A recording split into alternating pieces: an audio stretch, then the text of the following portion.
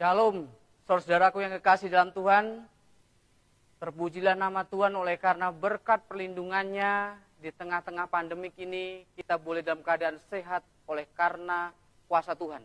Dan pada malam hari ini kita akan melanjutkan pembahasan firman Tuhan sehubungan dengan tema kita, Why do we need Jesus? Kenapa kita perlu Yesus? Dari sudut pandang bait suci.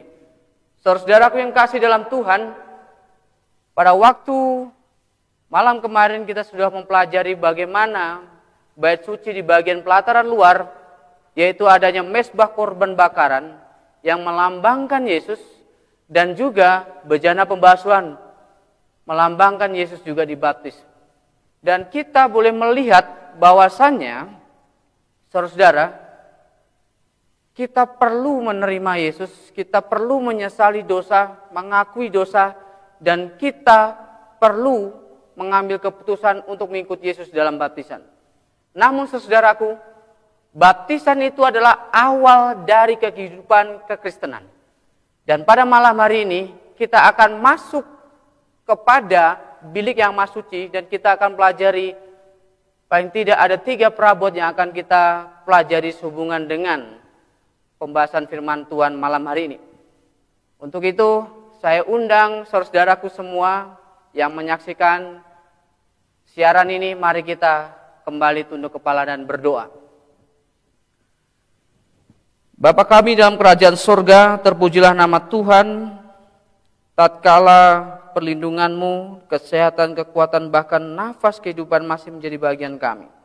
Kiranya ya Tuhan Engkau memberkati apa yang menjadi pelajaran kami malam hari ini, sehingga kami boleh mengerti, Roh Kudus itu boleh mencerahkan pikiran kami, dan kami pun boleh kuatkan iman kami. Inilah doa dan permohonan kami ya Tuhan, dalam nama Yesus kami berdoa. Amin. Saudaraku yang kekasih dalam Tuhan, ya kita mulai masuk kepada di mana pembahasan tentang bait suci, khususnya di bilik yang suci. Seperti yang saya tadi katakan, bahwasanya kita perlu dibaptis, kita perlu menyesali dosa-dosa kita perlu bertobat. Namun ketika kita dibaptis itu adalah awal dari kehidupan kekristenan kita. Dan ketika kita masuk kepada bilik yang suci, kita akan menemukan 3 cara Tuhan untuk kita boleh hidup kudus di dalam Tuhan, bersama Tuhan, di dalam kehidupan kekristenan kita. Saudaraku, kalau kita melihat di dalam bilik yang suci, ada 3 perabot di sana. Meja roti sajian, 7 kaki dian, dan juga mezbah ukupan. Dan kita akan pelajari semuanya ini. Dan pastikan saudara yang menyaksikan siaran ini, saudara boleh membuka Alkitab saudara boleh lihat apa sebenarnya yang firman Tuhan katakan sehubungan dengan hal ini. Kalau kita melihat, saudara, di dalam bait suci ini, kita boleh mempelajari ada 3 aspek besar di dalam rencana keselamatan. Yaitu yang pertama adalah justification atau pembenaran. Itu yang berada di pelataran luar, yaitu adalah mezbah korban bakaran dan juga bejana pembasuhan. Kita dibenarkan oleh karena kita menerima Yesus, jasa-jasa Kristuslah, kebenaran Kristuslah yang diperhitungkan kepada kita, dan Dia membasuh kita, dosa-dosa kita diampuni, dan kita dianggap benar, dibenarkan oleh Allah Bapa. Dan ketika kita masuk kepada bilik yang suci, inilah fase di mana kita harus bertumbuh di dalam Tuhan, yaitu harus mengembangkan karakter melalui 3 hal yang akan kita pelajari. Dan nantinya besok kita akan pelajari di bagian bilik yang maha suci, yang dimana itu ada tabut perjanjian yang kita kenal juga namanya pemulihan atau glorification. Dan di bilik yang suci tadi adalah sanctification atau pengudusan. Saudara, kita lihat dulu perabot yang pertama, yaitu di mana 7 kaki dian. Kalau kita lihat 7 kaki dian ini terbuat dari emas tulen yang kira-kira besarnya adalah beratnya adalah 54,4 kg. Saudara boleh hitung sendiri. Berapa harga kalau emas 54,4 kg ini dirupiahkan? Ini cukup mahal. Namun mahalnya materi ini tidak sebanding dengan pengorbanan Yesus yang mau mati bagi kehidupan kita, menebus dosa-dosa kita. Saudara, di dalam 7 kaki dian ini ada satu hal yang diperlukan supaya 7 kaki dian ini boleh senantiasa menyala. Boleh senantiasa menyala. Kenapa? Diperlukan adalah sebuah minyak. Dan kita ketahui bersama, minyak itu adalah lambang dari Roh Kudus.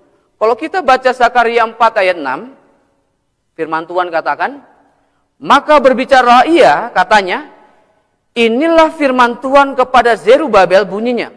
Bukan dengan keperkasaan dan bukan dengan kekuatan, melainkan dengan Rohku, firman Tuhan semesta alam. Saudara, ini adalah kitab terakhir di dalam Perjanjian Lama. Dan setelah berbicara mengenai kaki dian, ayat inilah muncul. Ini menandakan bahwasanya lambang dari minyak di dalam kaki dian itu adalah lambang Roh Kudus. Saudara, kita akan lihat kenapa harus 7. Kenapa harus 7 kaki dian? Kenapa tidak 6? Kenapa tidak 3? Ini bukanlah hal yang tidak ada artinya, tapi adalah sangat penting. Ini kita boleh selidiki. Angka 7 kita ketahui bersama ini adalah angka kesempurnaan atau keseluruhan. Dan kalau kita lihat dalam Wahyu 1, ayat 10 sampai 20 di sini dikatakan, sebenarnya kalau kita lihat di sini, mari kita baca, pada hari Tuhan aku dikuasai oleh Roh. Yohanes pada waktu itu di Pulau Patmos dia dikuasai oleh Roh, dikatakan, aku mendengar dari belakangku suatu suara yang nyaring seperti bunyi sangkakala. Saudara, katanya apa di sini? Apa yang kau lihat tuliskanlah di dalam sebuah kitab dan kirimkanlah kepada ke-7 jemaat. Mana itu ke-7 jemaat? Di sini dikatakan Efesus, Smyrna, Pergamus, Tiatira, Sardis, Philadelphia dan Laodikia. Dan saudara, ketika setelah dia melihat itu, dia berpaling dan dia melihat suatu suara berbicara kepadanya, katanya di sini, berpaling tampaklah kepadaku 7 kaki dian dari emas. Kalau kita lihat dalam buku Wahyu 1 ini, kaki dian itu apa artinya? Saudara tidak perlu susah-susah, saudara bisa lihat di ayat yang ke-20 dikatakan, dan rahasia ke-7 bintang yang telah kulihat pada tangan kananku, dan ke-7 kaki dian emas itu, ke-7 bintang itu ialah malaikat ke-7 jemaat, dan ke-7 kaki dian itu ialah ke-7 jemaat. Nah, pertanyaannya saudara-saudara, kenapa dipilih hanya ke-7 jemaat?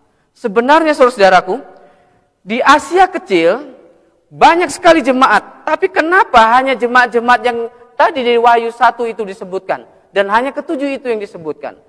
Saudara-saudara, kalau saudara menarik garis yang berpusat dari Pulau Patmos dan dia mulai naik ke atas, saudara bisa melihat bagaimana gambaran di sini.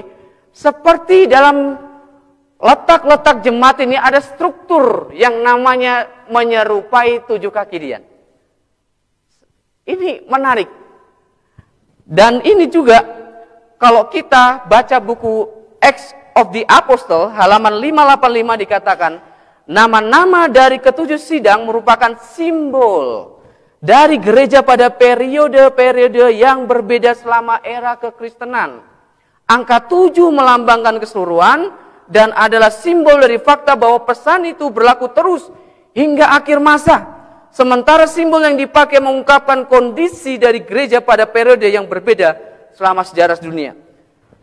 Jadi, ke-7 jemaat mewakili keseluruhan segala gereja Kristen sejak zaman para rasul sampai akhir zaman. Terus saudara, angka 7 dipilih melambangkan salah satu keseluruhan gereja Kristen dari sejak zaman para rasul sampai akhir zaman, sampai sudah datang kedua kali. Dan alasan khusus kenapa 7 jemaat itu dipilih oleh karena di Asia kecil ini melambangkan menyerupai 7 kaki dia. Saudara, kalau kita lihat dalam Wahyu 1:13, menarik di sini. Ini adalah gambaran di mana Yesus digambarkan seperti lain dari biasanya. Kenapa? Dikatakan, dan di tengah-tengah kaki Dian itu ada seorang serupa anak manusia berpakaian jubah yang panjangnya sampai di kaki dan dadanya berlilitkan ikat pinggang. Dikatakan di tengah-tengah kaki Dian itu anak manusia, kita ketahui bahwa itu adalah Yesus, berpakaian jubah panjang sampai di kaki dan dadanya berlilitkan ikat pinggang dari emas. Saudara boleh lihat ayat yang di screen nantinya. Kalau kita baca dalam Keluaran 28 ayat 4, ini saudara-saudara, ini adalah gambaran di mana pakaian dari seorang imam besar. Dengan kata lain, di sini Yesus berperan sebagai imam besar.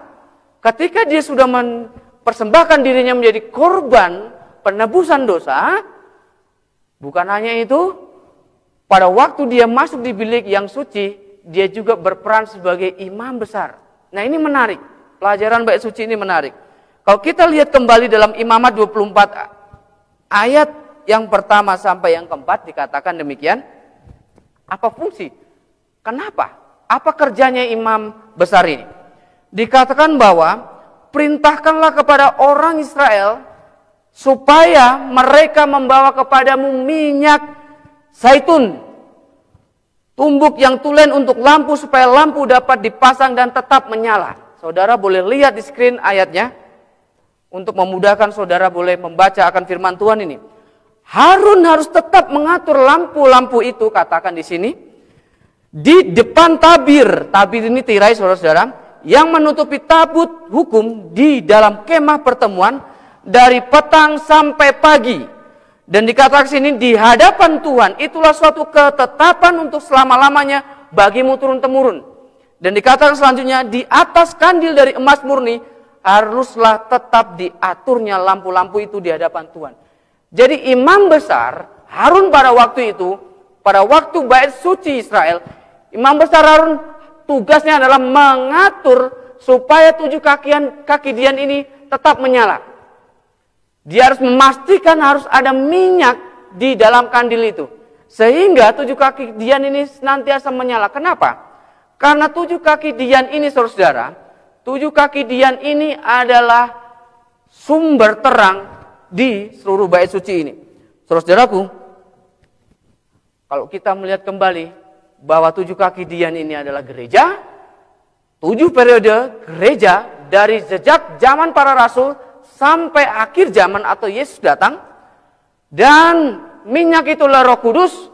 Yesus adalah imam besar itu, tugasnya untuk mengatur supaya selalu ada minyak di dalam gereja ini. Itu artinya gereja jangan sampai tidak ada minyak, artinya jangan sampai gereja itu tidak ada Roh Kudus. Kalau sudah tidak ada gereja itu memiliki Roh Kudus, yang ada namanya roh halus. Sehingga artinya gereja itu bisa pecah dan lain sebagainya. Namun kembali lagi, sejak zaman para rasul sampai nantinya Yesus datang kedua kali, gereja di periode-periode 7 jemaat ini, saudara, ini Yesus tetap senantiasa menjaga untuk gereja selalu memiliki minyak, yaitu Roh Kudus, sehingga dia boleh memancarkan terang Yesus kepada dunia yang berdosa ini. Saudaraku, jadi kalau kita lihat dalam Matius 5 ayat 14, 15 dan 16 dikatakan demikian. Firman Tuhan, Yesus berkata di khotbah di atas bukit ini, dikatakan, kamu adalah terang dunia. Kota yang terletak di atas gunung tidak mungkin tersembunyi. Lagi pula orang tidak menyalakan pelita lalu meletakkannya di bawah gantang, melainkan di atas kaki Dian sehingga menerangi semua orang di dalam rumah. Saudara, kita, gereja, baik gereja itu secara organisasi ataupun kita secara pribadi juga disebut gereja, kita disebut oleh Yesus bahwa kita adalah terang dunia. Yang juga disamakan di ayat 15, kita ini adalah kaki Dian yang harusnya fungsinya untuk menerangi seluruh rumah. Rumah kita di mana? Dunia ini. Jadi perlulah kita menjadi terang. Kita harus menerangi, bersinar terang kita. Saudara, kalau kita lihat di sini ayat 16, Demikianlah hendaknya terangmu bercahaya di depan orang, supaya mereka melihat perbuatanmu yang baik dan memuliakan Bapamu yang di surga. Saudara, di sini artinya gereja sebagai terang, dia harus bersinar menerangi dunia yang berada dalam kegelapan dosa. Namun kalau gereja tidak memiliki Roh Kudus, bagaimana dia bisa bersinar, saudara? Buku Christian Service halaman 21 dikatakan, semua yang terhubung kepada Tuhan, perhatikan baik-baik, akan memancarkan terang kepada orang lain. Jika ada yang tidak bisa memberikan terang, itu dikarenakan mereka tidak memiliki hubungan dengan sumber terang.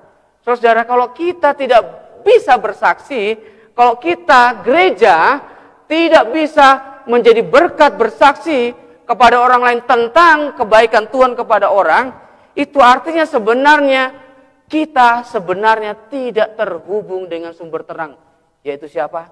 Yesus itu sendiri. Jadi ini adalah hal yang menyedihkan, tapi ini adalah kebenaran. Saudara, apakah kita sudah bersaksi hari ini tentang kebaikan Tuhan? Apakah kita sudah menyatakan kasih Tuhan kepada orang yang belum kenal akan Yesus Kristus? Kalau kita tidak bisa bersaksi, dengan kata lain, kita boleh koreksi diri bahwa kita sebenarnya belum terhubung dengan sumber terang itu. Saudara, kalau kita lihat dalam Yohanes 8:12, di sini dikatakan, Yesus adalah terang dunia.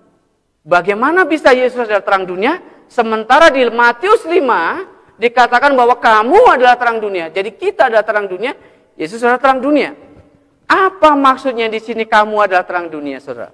Saudara, kalau saudara pada malam hari ini mendengarkan live streaming dan menonton siaran ini, saudara mungkin bisa contoh, saudara berada di ruang yang terbuka, di luar rumah, saudara bisa melihat bulan. Kalau mungkin itu cuacanya cerah ya, saudara. Ada bulan yang sangat bersinar terang. Kalau saya mau bertanya, ini adalah pertanyaan yang mungkin semua sudah tahu. Apakah bulan itu bersinar dengan sendirinya? Tidak, saudara. Bulan itu bersinar karena ada matahari yang menarik bulan sehingga bulan ini memantulkan cahaya dari matahari. Dengan kata lain, bulan ini selalu terhubung dengan matahari. Saudara, Yesus itu matahari kebenaran. Kalau kita mau memantulkan terang Tuhan, terang matahari kebenaran itu Yesus, kita harus terhubung dengan matahari kebenaran itu, saudara. Buku Reflecting Christ halaman 288 dikatakan, kamu adalah terang dunia. Orang-orang Yahudi berpikir, katanya di sini, bahwa mereka membatasi keselamatan bagi bangsanya sendiri. Tetapi Kristus menunjukkan kepada mereka bahwa keselamatan itu seperti matahari. Itu milik seluruh dunia. Jangan kita egois dengan kita tidak mau bersaksi, saudara. Kenapa? Dengan seperti itu kita menjadi seperti orang-orang Yahudi yang selfish, yang menganggap keselamatan ini adalah milik saya sendiri. Bahwa Tuhan sudah menentukan berapa yang selamat dan tidak selamat. Oh tidak, saudara. Keselamatan itu adalah kesempatan bagi semua orang di seluruh dunia ini. Adalah salah kalau kita tidak mau membagikan kabar tentang keselamatan ini kepada mereka yang belum mendengar tentang Tuhan. Dan dikatakan sini, agama Alkitab tidak boleh dikekang antara sampul-sampul buku atau di dalam dinding-dinding gereja. Saudara, berapa banyak kita yang selalu eksklusif membanggakan gereja kita, kemegahan gereja kita. Tapi kita tidak mau membagikan kasih Tuhan kepada orang-orang di luar sana. Kita lihat pelajaran selanjutnya tentang perabot yang kedua, yang dimana yaitu mezbah roti sajian. Saudara, mezbah roti sajian di sini ada 12 roti. 12 roti ini menggambarkan 12 suku Israel, artinya umat Tuhan. Dan dalam 12 roti ini juga menggambarkan 12 rasul. Kalau kita lihat, dalam 12 roti ini selalu dibagi dua. 6 dan 6. Ini juga adalah lambang di mana 6, 6, ini adalah rangkuman di mana bahwasannya 6 sebelah kanan dan sebelah kiri ini adalah 66 buku di dalam Alkitab. Perjanjian Lama dan Perjanjian Baru. Mari kita lihat lebih lanjut saudara. Matius 4 ayat 3 dikatakan. Lalu datanglah si pencoba itu dan berkata kepadanya, jika engkau anak Allah, perintahkanlah supaya batu-batu ini jadi roti. Ini pencobaan Yesus, ayat keempat. Tetapi Yesus menjawab, ada tertulis, manusia hidup bukan dari roti saja, tetapi dari setiap firman yang keluar dari mulut Allah. Saudara, roti di sini selalu dibandingkan dengan yang namanya firman. Kita lihat ayat selanjutnya. Yesaya 5 ayat 2 dikatakan, mengapakah kamu belanjakan uang untuk sesuatu yang bukan roti, dan upah jeripayahmu untuk sesuatu yang tidak mengenyangkan? Kalimat selanjutnya menarik. Dengarkanlah aku, maka kamu akan memakan yang baik dan kamu akan menikmati sajian yang paling lezat. Dengan kata lain, ketika saya dengarkan firman Tuhan, itu sama halnya saya memakan roti hidup yang adalah Yesus itu sendiri. Saudara, saya mau sampaikan lagi, ketika kita dengarkan Tuhan pada malam hari ini, dengarkan firman Tuhan, sama saja kita sementara makan roti hidup pada malam hari ini. Ayat selanjutnya, Yesaya 55 ayat 10 dan 11 dikatakan demikian. Sebab seperti hujan dan salju turun dari langit dan tidak kembali ke situ, melainkan mengairi bumi, membuatnya subur dan menumbuhkan tumbuh-tumbuhan, memberikan benih kepada penabur dan roti kepada orang yang mau makan, demikianlah firmanku yang keluar dari mulutku. Ia tidak akan kembali kepadaku dengan sia-sia, tetapi ia akan melaksanakan apa yang kukendaki dan akan berhasil dalam apa yang kusuruhkan kepadanya. Kembali lagi saudara, firman Tuhan selalu digambarkan seperti sebuah roti. Jadi mezbah roti sajian itu melambangkan firman Tuhan. Roti juga itu melambangkan yang namanya Yesus itu sendiri adalah roti hidup, saudara. Imamat 24 ayat 6 dikatakan di seperti ini. Ini menarik. Engkau harus mengaturnya menjadi 2 susun 6 buah sesusun di atas meja dari emas murni di hadapan Tuhan. Ayat 7 dikatakan, engkau harus membubuhkan kemenyan tulen. Di atas tiap-tiap susun kemenyan itulah yang harus menjadi bagian ingat-ingatan roti itu.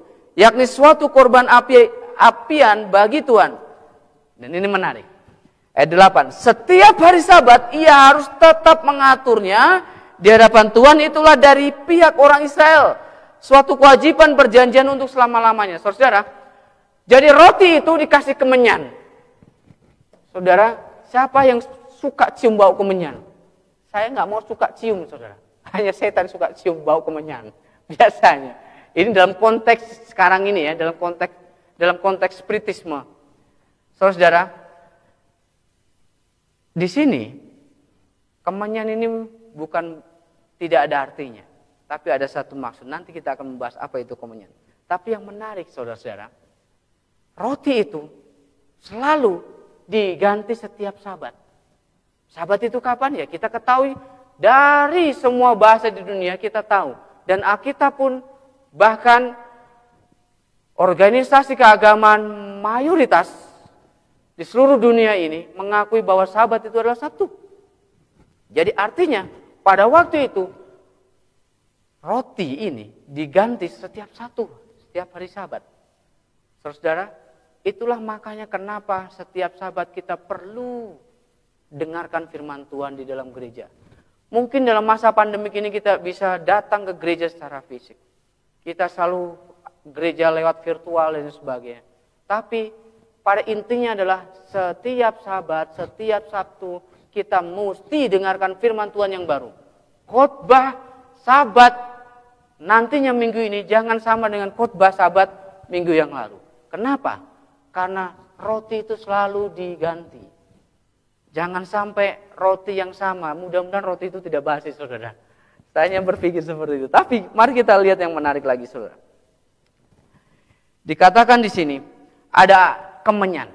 Kemenyan ini kalau kita pelajari dalam Alkitab, kemenyan ini adalah sebuah lambang yang dimana dikatakan itu adalah jasa-jasa penebusan Kristus.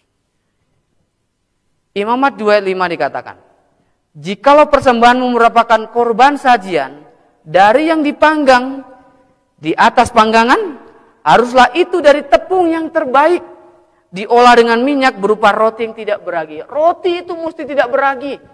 Kita ketahui bersama, ragi itu lambang apa, saudara? Ragi itu adalah lambang di mana dosa.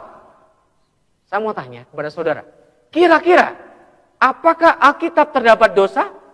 Enggak, Alkitab itu tidak berdosa. Alkitab itu tidak tercemar oleh dosa. Tidak seperti kita yang selalu memiliki kecenderungan untuk berbuat dosa. Di sini kalau kita lihat roti tidak beragi, lambang dosa. Namun kita lihat lagi ayat 13. Di sini Imamat 2:13 dikatakan, dan tiap-tiap persembahanmu yang berupa korban sajian haruslah kau bubui garam. Jadi sebuah persembahan itu harus dikasih garam. Janganlah kau lalaikan garam. Jadi jangan sampai nggak ada garam, mesti ada garam. Ini istri saya ini sedang hamil, saudara. Kalau dia ada masa yang tidak ada garam, pernah satu kali saya disuruh masak. Saya ini bukan kurang bisa, memang tidak bisa saya masak, saudara. Saya hanya bisa menikmati masakan. Makanya saya masa-masa ini kangen masakan istri saya. Satu kali saya disuruh masak. Suruh masak hanya kangkung, saudara. Tumis kangkung. Wah, dengan pedenya saya masak. Saya pakai bumbu yang lain, tapi saya lupa satu hal pesan dia, yaitu garam. Dan saudara tahu, maka akhirnya peranglah dunia ketiga. Itu ngomelnya dari pagi sampai siang. Lanjut lagi malam, saudara. Saya mau katakan, garam ini sangat penting. Garam ini sangat penting. Kenapa? Korban sajian saja tidak boleh dilalaikan. Mesti ada garam perjanjian Allah. Kenapa? Mari kita lihat. Kita ketahui bersama, garam itu memberi rasa sedap pada makanan. Alkitab memberi rasa sedap di dalam kehidupan kita. Kalau saudara mau hidup, saudara itu ada satu rasa yang enak, kedamaian, rasa sedap, saudara perlu baca Alkitab. Bukan hanya itu, garam juga perlu di mana untuk mencegah. Jadi kembali lagi saya suka pakai ilustrasi ini saya, mudah-mudahan dia tidak membicarakannya nanti. Saudara, istri saya itu kalau dikasih makan enak kadang nggak mau. Namanya istri saya karena orang Batak, saudara, berusiaan. Jadi kalau dikasih dia makanan ikan asin dengan nasi putih, bisa dia tambah 2 piring. Yang sebenarnya dia nggak bisa makan banyak. Saya jadi pikir aneh, kenapa? Ikan asin itu sangat lama boleh disimpan. Kenapa? Karena ada garam yang mengawetkan. Yang mencegah kebusukan. Alkitab ketika kita baca, itu akan mencegah kebusukan dalam diri kita oleh karena dosa. Saudaraku, mari kita lihat selanjutnya. Jadi meja roti sajian sebenarnya melambangkan firman Tuhan yang kudus, yang tidak cemar oleh pendapat manusia, oleh dosa manusia. Alkitab itu ibarat garam, memberi rasa dalam hidup dan membersihkan hidup kita, membuat hidup kita menjadi sedap. Dan setiap Sabat dikatakan di sini mesti disajikan baru. Itulah sebabnya mengapa kita mesti ke gereja pada hari Sabat. Itu kalau kita kehidupan normal seperti biasanya. Terus saudara, kita lihat bagaimana kehidupan Yesus waktu di dunia. Di Yohanes 6 tercatat ada banyak orang datang mengikuti Yesus. Namun yang menarik, mereka paling tidak punya 3 alasan. Kenapa mereka mengikuti Yesus? Yang pertama, mereka mengikuti Yesus karena mereka menyukai mujizat-mujizatnya. Saudara boleh cek di Yohanes 6. Dan kedua adalah mereka mengikuti Yesus karena mereka mendapatkan makan gratis. Apakah ini juga ada di dalam gereja, saudara? Mereka datang ke gereja hanya suka pengen makan siangnya doang. Setelah makan siangnya, mau suka nantinya ada orang kasih ongkos pulang. Saudara, ternyata hal seperti itu jangan perlu kita kaget. Zaman Yesus ada yang juga seperti itu. Dan alasan ketiga, mereka punya harapan bahwa Yesus akan mendirikan kerajaannya di dunia. Jadi, mereka memiliki unsur-unsur politik. Apakah kita datang ke gereja ada unsur politik? Supaya kita terpilih jadi officer jemaat? Supaya kita terpilih menjadi orang-orang yang berduduk di dalam pemerintahan karena kita promosi di gereja? Terus saudara, jangan heran. Pada masa Yesus ada juga yang seperti itu. Mari kita lihat Yohanes 6. Yohanes 6. Sesudah itu Yesus berangkat ke seberang Danau Galilea, yaitu Danau Tiberias. Orang banyak berbondong-bondong mengikuti dia. Kenapa di sini? Karena mereka melihat mujizat. Penyembuhan yang diadakannya terhadap orang-orang sakit. Ayat 14, Yohanes 6:14 dikatakan, ketika orang-orang itu melihat mujizat yang telah diadakannya, mereka berkata, dia ini adalah benar-benar nabi yang akan datang ke dalam dunia. Saudara, banyak orang muda, banyak orang-orang datang ke gereja yang harus ada mujizatnya. Saudara bisa lihat sendiri. Kalau gereja itu tidak ada mujizatnya, itu berarti gereja itu tidak ada Roh Kudus. Dan ini miris. Jangan heran juga saudara, zaman Yesus juga seperti itu. Dan ketika ada mujizat seperti itu, mereka pikir, dialah nabi. Nabi di akhir zaman. Nabi karena apa? Bisa buat mujizat. Jangan salah saudara. Mari kita perhatikan di Yohanes 6 sini. Ayat 53 dikatakan di sini, maka kata Yesus kepada mereka, aku berkata kepadamu sesungguhnya jikalau kamu tidak makan daging anak manusia dan minum darahnya, kamu tidak mempunyai hidup dalam dirimu. Jadi waktu orang berbondong-bondong mengikuti dia, Yesus langsung khotbah. Siapa yang nggak makan daging anak manusia, ini sepertinya Yesus mengajarkan kanibalisme, saudara. Makan daging manusia, minum darahnya, saudara, ini bukan berarti perjamuan itu adalah betul-betul tubuh dan darah Kristus. Itu adalah sebuah lambang. Itu adalah sebuah lambang. Itu bukanlah betul-betul tubuh dan darah Kristus. Sehingga kita berpikir bahwa kita makan daging, makan roti perjamuan dan juga air anggur itu betul-betul darah dan tubuh Yesus. Kita tidak mempercayai doktrin seperti itu. Ayat 54, barang siapa makan dagingku dan minum darahku yang punya hidup yang kekal, dan aku akan membangkitkan dia pada akhir zaman. Sebab dagingku adalah benar-benar makanan, dan darahku adalah benar-benar minuman. Ayat 56 dikatakan di sini, barang siapa makan dagingku dan minum darahku, ia tinggal di dalam aku dan aku di dalam dia. Saudara, ayat 63 dikatakan, rohlah yang memberi hidup, daging sama sekali tidak berguna. Perkataan-perkataan yang kukatakan kepadamu adalah roh dan hidup. Jadi dengan kata lain, maksud di mana minum darah Yesus, makan daging Yesus, anak manusia itu adalah berbicara, mendengarkan firman Tuhan. Mendengarkan firman Tuhan. Dan ini menarik. Yohanes 6 ayat 66. Ini menarik. Yohanes 6 ayat 66. Masa-masa pandemik seperti ini kita selalu tergoda. Dan bilangan 666 ini menjadi satu seperti barang murahan diobral. Dan ini saya nggak tahu. Ini apakah kebetulan atau apa. Tapi yang menarik adalah, lihat ayat 66. Mulai dari waktu itu, banyak murid-muridnya mengundurkan diri dan tidak lagi mengikuti dia. Lihat, setelah Yesus berkhotbah seperti itu, saya berikan ilustrasi yang lebih enak. Oke, saya pengen datang ke gereja yang banyak mujizatnya. Wah, saya nggak mau dengerin firman Tuhan. Yang penting saya hidup enak.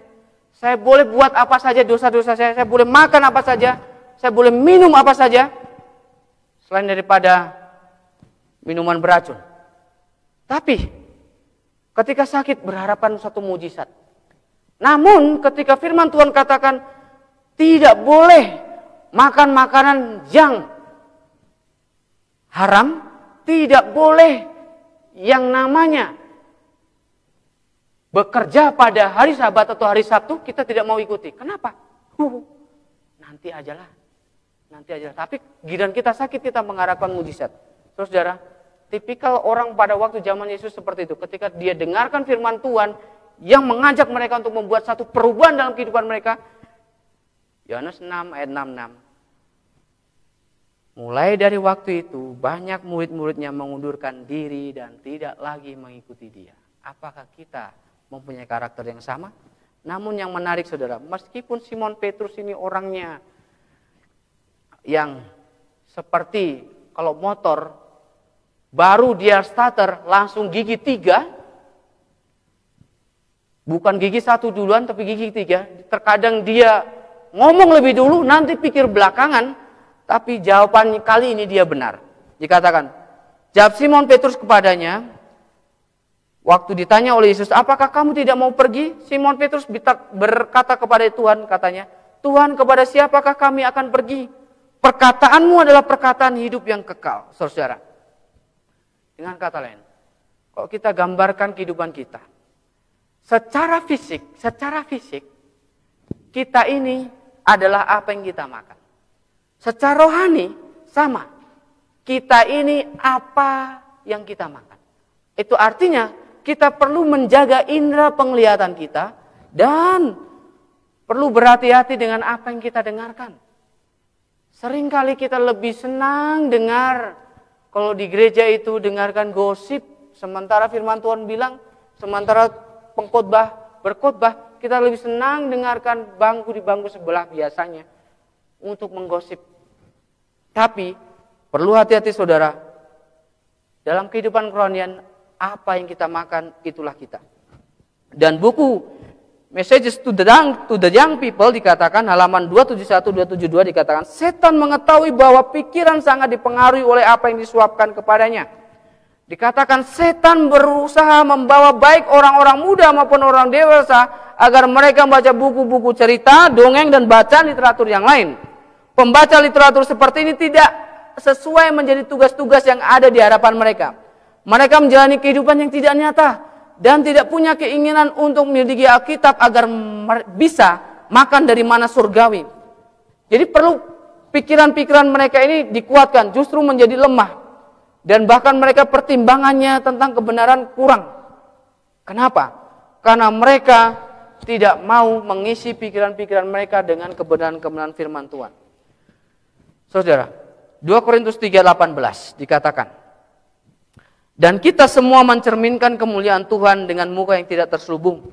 Dan karena kemuliaan itu datangnya dari Tuhan yang adalah roh, maka kita diubah menjadi serupa dengan gambarnya dalam kemuliaan yang semakin besar. Saudara, kita diminta untuk memandang kepada Tuhan, sehingga kita diubahkan serupa dengan gambarnya. Saya kasih contoh saudara.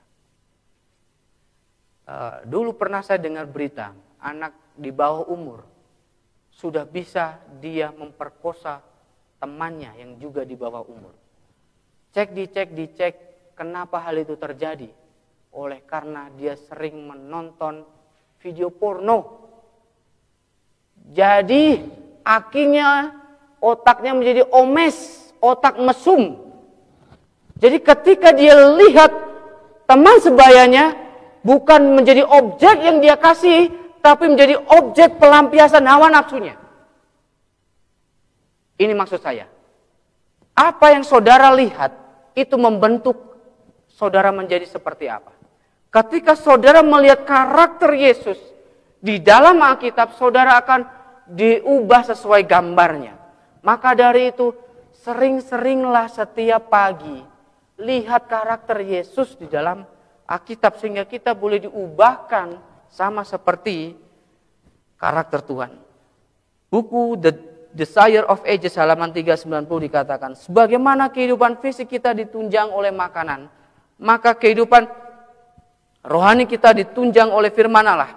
Dan setiap jiwa harus mendapatkan hidup dari firman Allah untuk dirinya sendiri. Sebagaimana kita harus makan untuk tubuh kita sendiri untuk mendapatkan nutrisi, demikian pula kita harus menerima firman Allah untuk diri kita sendiri. Jadi jangan cuma puas dengan dengerin firman Tuhan. Malam hari ini jangan puas dengan saudara dengerin firman Tuhan yang disampaikan ini. Selebihnya saudara ada waktu, cari waktu, selidiki Alkitabmu. Dikatakan di sini sekali lagi, kita tidak bisa mendapatkannya hanya melalui perantara pikiran orang lain. Jangan saudara konsep-konsep saya saudara pakai. Lebih baik saudara pelajari sendiri Alkitab. Dan saudara jangan sampai coba untuk menggunakan konsep orang lain ini dalam membentuk dalam kehidupan kita.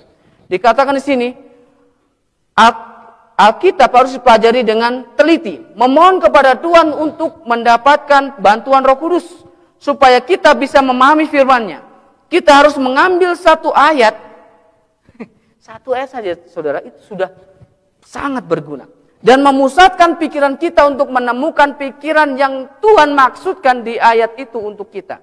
Kita harus terus merenungkan pikiran itu hingga pikiran itu menjadi milik kita sendiri dan kita tahu persis apa kehendak Tuhan. Saudara-saudaraku, kalau kita hidup tidak makan, kita akan lapar. Sama dengan kerohanian kita.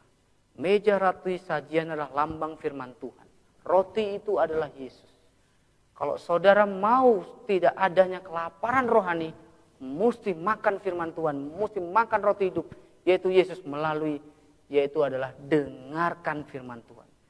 Sekarang ke perabot yang terakhir, yaitu mezbah ukupan. Saudara, mezbah ukupan ini menarik.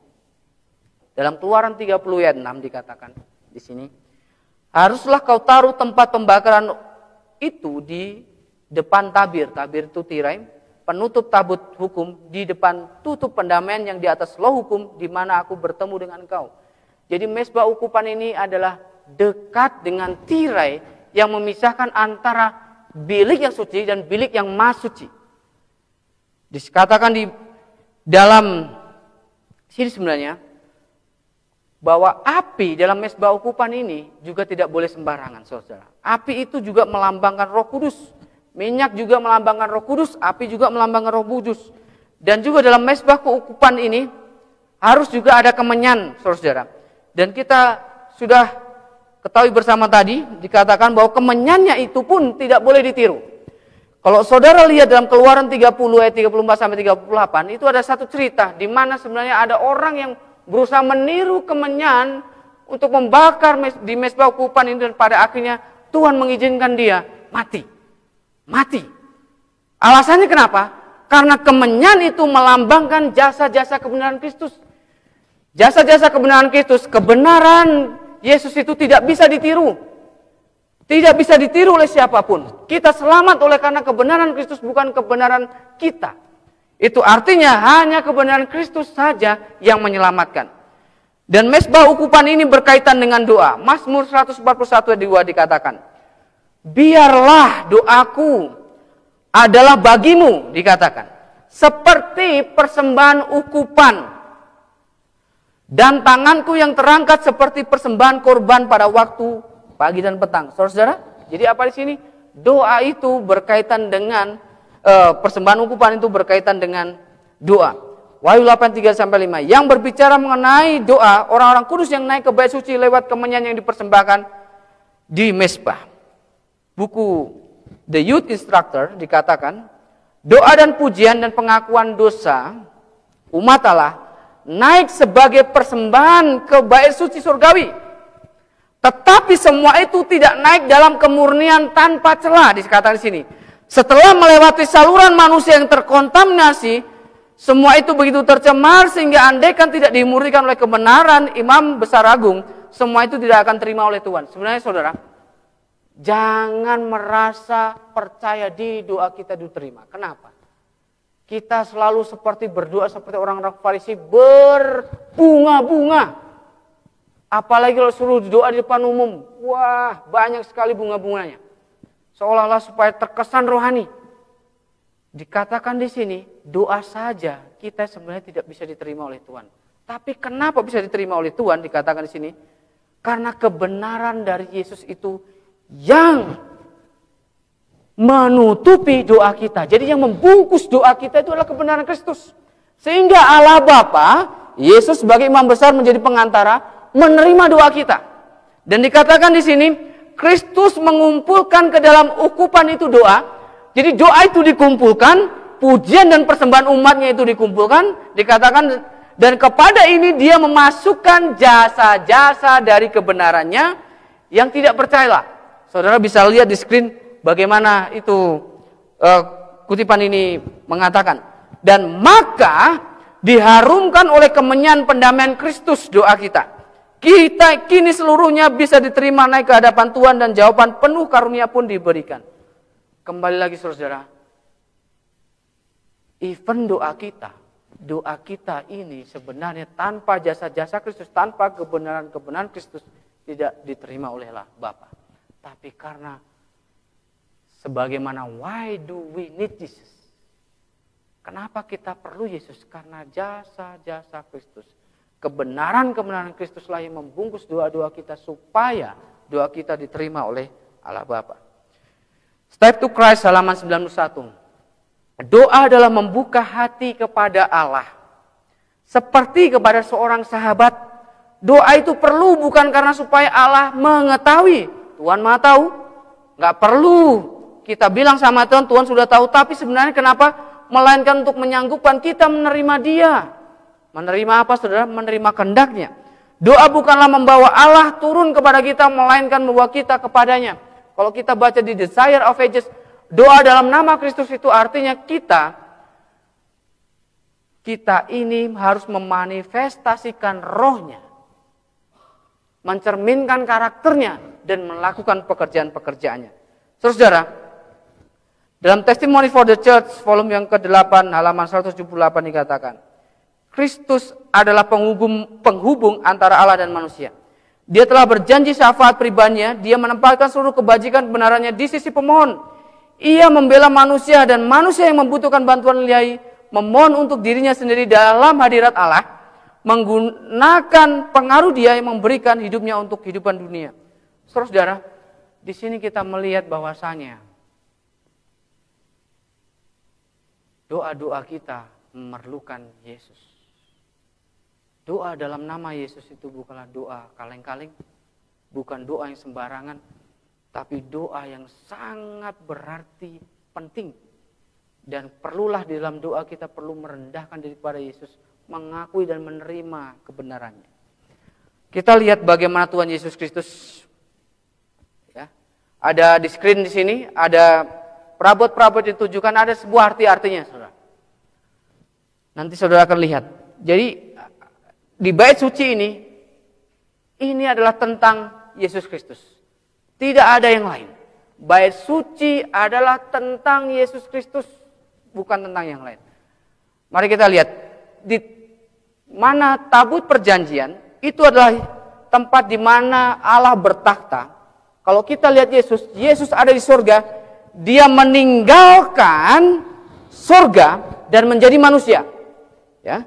Kemudian setelah dia meninggalkan surga, dia hidup berdasarkan firman Tuhan. Itulah meja roti sajian. Dan selanjutnya di situ dia juga berdoa dalam kehidupannya di dunia. Waktu dia sebelum mati di Golgota, dia senantiasa mengambil waktu berdoa dengan sendirian, bergantung sepenuhnya kepada Tuhan. Dan kehidupannya waktu selama di dunia, dia pun bersaksi menyampaikan kabar keselamatan ini kepada orang-orang pada waktu itu. Dan bukan hanya itu saja. Yesus juga dibaptis di umur 30. Dan selanjutnya, Yesus mati di kayu salib. Semua perabot di dalam bait suci, semuanya adalah tentang Yesus. Bait suci itu adalah tentang Yesus. Mari kita lihat selanjutnya, bagaimana proses, gambaran proses untuk memperoleh keselamatan ini. Mari kita lihat, di sini yang pertama, terima Yesus Kristus sebagai Tuhan dan Juru Selamat. Itulah kita pelajari kemarin malam, mezbah korban bakaran. Dan setelah kita percaya Yesus, kita terima Yesus melalui baptisan. Itulah bejana pembasuhan. Dan selanjutnya dikatakan kita perlu yang namanya bergantung dalam kehidupan untuk kekudusan bersama dengan Tuhan. Kita perlu bergantung di dalam doa. Dan selanjutnya dikatakan di sini belajar membaca filsafat suci. Membaca kitab suci itu untuk diri kita. Jadi jangan membaca kitab suci untuk orang lain, tapi membaca kitab suci yang pertama dahulu adalah diri kita. Karena itulah makanan kita.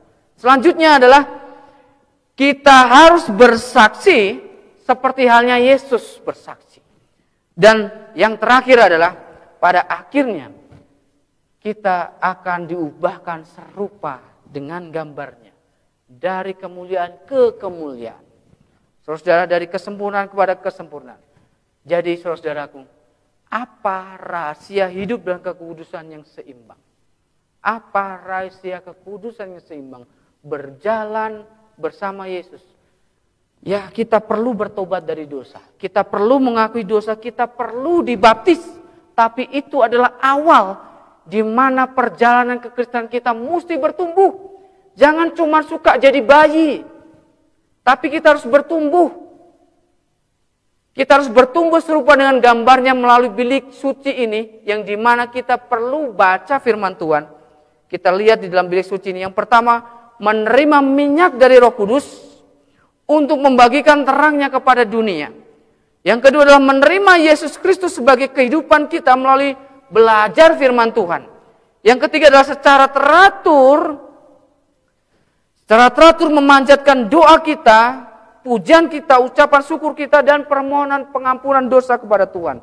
Dan bila mana 3 hal ini kita jalankan secara seimbang, kehidupan kerohanian kita tidak akan pincang. Kenapa? Saya mau jelaskan untuk menutup materi saya pada malam hari ini. Kalau dalam 3 hal ini pincang, saudara, kalau saya hanya mementingkan baca firman Tuhan, tiba pada posisi nantinya saya seperti ahli-ahli Taurat yang hanya tahu.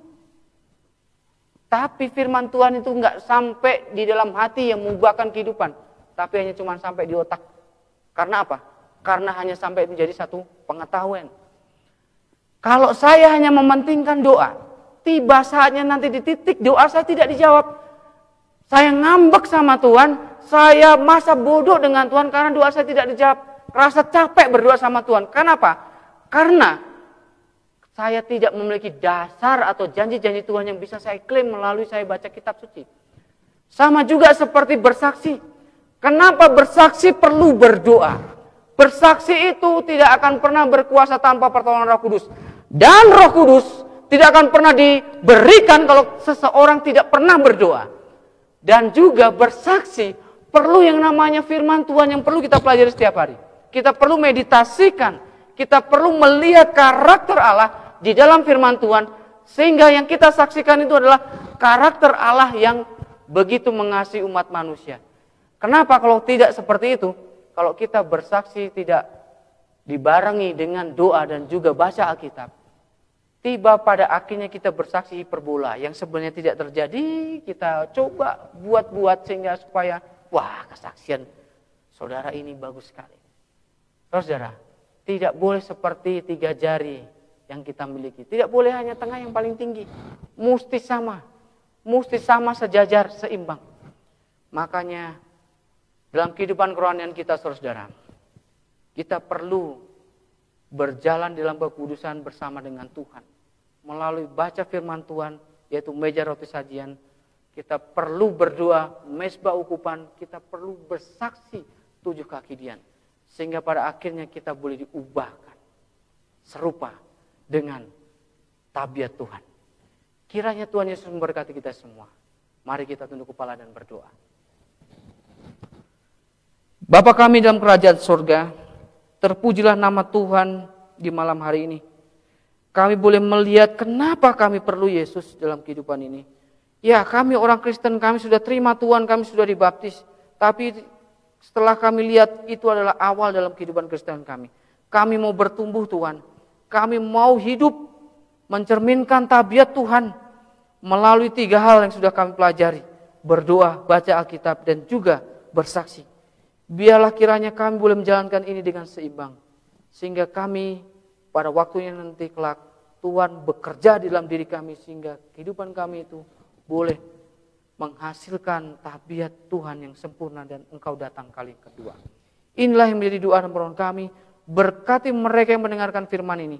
Biarlah firman ini berakar, bertumbuh dan bukan hanya bertumbuh tapi berbuah juga dalam kehidupan mereka. Yaitu buah roh dalam kehidupan mereka. Inilah doa dan permohonan kami. Tuhan, terima kasih Engkau telah mendengar doa kami ini. Dalam nama Yesus kami berdoa. Amin.